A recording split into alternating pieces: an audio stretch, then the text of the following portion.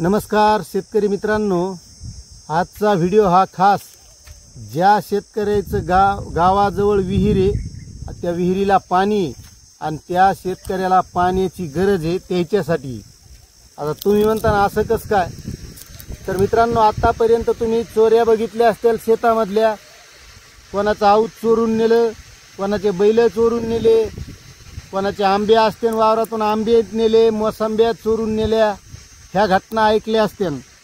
पण तुम्ही पाणी चोरून नेलं ही घटना कधी ऐकली नसेल. आणि आता आजच्या व्हिडिओच्या माध्यमातून मी तेच सांगणार आहे तुम्हाला की एका शेतकऱ्याकडे फळबाग होती आणि त्या फळबागेसाठी त्या शेतकऱ्यानं आपल्या शेतातल्या विहिरीमध्ये पाणी जपून ठेवलं होतं की उन्हाळ्यामध्ये आपल्याला ही फळबाग जर जगवायची असेल तर आपल्याला या शेताला हे पाणी द्यावं लागेल, आपली ती फळबाग वाचली पाहिजे. यासाठी त्यानं त्या शेतामध्ये विहिरीमध्ये पाणी जपून ठेवलं होतं. म्हणजे ते पाणी उडू दिलं नाही, त्यांनी उगच व्यर्थ वाया जाऊ दिलं नाही. आपल्याकडे गुरंढोरं आहेत, बैल आहेत, त्या बैलांना हे पाणी कामी येईल म्हणून त्यानं ते पाणी जपून ठेवलं होतं. म्हणून त्या शेतकऱ्यांसाठी की ज्यांचं गावाच्या जवळ जमीन आहे आणि त्यांच्या विहिरीत पाणी आहे, त्याच्याकडे बागायत असेल किंवा त्याच्या बैलाला ढोरायला म्हशीला पाणी लागत असेल, कोणाकडे भाजीपाला असेल, अशा शेतकऱ्यांसाठी असं त्यामुळे मुद्दाम म्हणलंय.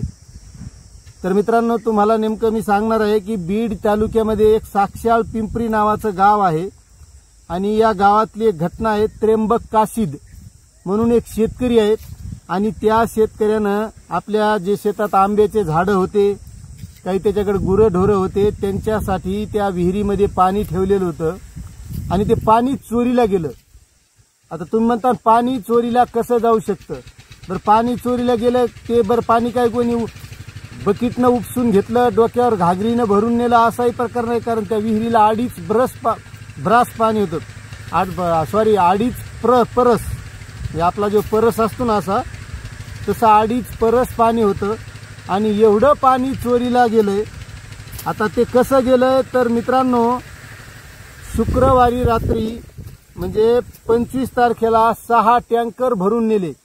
बरं टँकर तर भरून नेले, पण एक टँकर तिथंच सोडून दिला. म्हणजे भरलेला टँकर सुद्धा चोरानं सोडून दिला. आता तुम्ही चोर बघितले असतील, वेगवेगळ्या प्रकारचे चोर, कुठं दुकान फोडणारे चोर, कुठं बैल चोरणारे चोर, शेतातला माल चोरणारे चोर, पण पाणी चोरणारे चोर कोण असतील? आता हे तुमच्या लक्षात आलं असेल तर नक्कीच कमेंट करा. आणि तुमचं असंच गावाजवळ जर विहीर असेल तरी सुद्धा कमेंट करा. तर मित्रांनो या प्रकरणी काशीद यांच्या मुलानं, त्यांच्या मुलाचं नाव हरी काशीद, त्यांनी सोशल मीडियावर ही पोस्ट केली की आमच्या विहिरीतलं पाणी चोरीला गेलं. बरं पाणी गेलं तर गेलं आणि महत्वाचं म्हणजे तिथं एक टँकर सुद्धा पाण्याचं सोडून गेले, भरलेलं पाण्याचं. ते पाणी वाया गेलं त्या टँकरमधून गळून. आता त्या गावात साक्षाळ पिंपरीमध्ये जे पाणी सुटत आहे ते 22 दिवसाआड पाणी सुटत आहे. म्हणजे आता पाणी नेणारे चोर कोण असतील तर तुमच्या लक्षात आला असेल तर नक्कीच कमेंट करा. कारण पाणी चोरून कोण नेणार आहे? समजा एखादा बाहेरगावचा शेतकरी थोडाच येणार आहे पाणी चोरायला, तर पाणी काही चोरून न्यायची गोष्ट नाही. त्या शेतकऱ्याकडे 35 झाडं होते आंब्याचे, त्यानं त्या आंब्याचे झाडं जोपासण्यासाठी हे पाणी ठेवलेलं होतं आणि हे विहिरीतलं पाणी चोरून नेलं. कोणी चोरलं काय केलं त्याचं काही आणखी ठाव पत्ता मेळ लागलेला नाही. मात्र या शेतकऱ्याचं पाणी चोरीला गेलंय आणि आज तो एकदम म्हणजे त्यानं ती पोस्ट व्हायरल केली आहे की असं असं चोरीला पाणी गेलंय. त्यामुळे जर तुमची कुठं शेजारी पाजारी गावाच्या विहीर असेल तर लक्ष ठेवा, कारण आता पाणी सुद्धा चोरीला चालले. कारण पाऊस कमी पडायला, शेततळे असतील किंवा मोठे तलाव असतील याच्यात पाणी राहिलेलं नाही.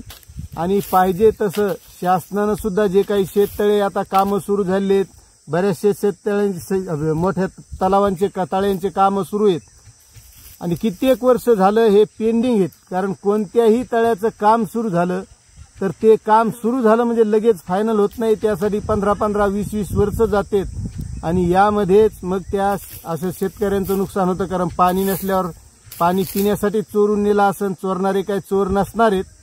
कारण ते पाणी कुठेतरी कोणाला प्यायला नेलं असेल, कोणी ढोरायला नेलं असेल, गुरा ढोरायला नेला असेल. त्यामुळे आता असे हे प्रकार चोरीचे पाण्याचे सुद्धा व्हायला लागलेत. त्यामुळे तुमची जर विहीर असेल गावा शेजारी तर काळजी घ्या. बघा तुमच्या हिशोबानं आता तुम्हाला काय वाटतं यावर नक्कीच कमेंट करा. चॅनलवर नवीन असाल तर सबस्क्राईब करा, व्हिडिओला लाईक करा. भेटू अशात नवीन माहितीसह नवीन व्हिडिओमध्ये. धन्यवाद.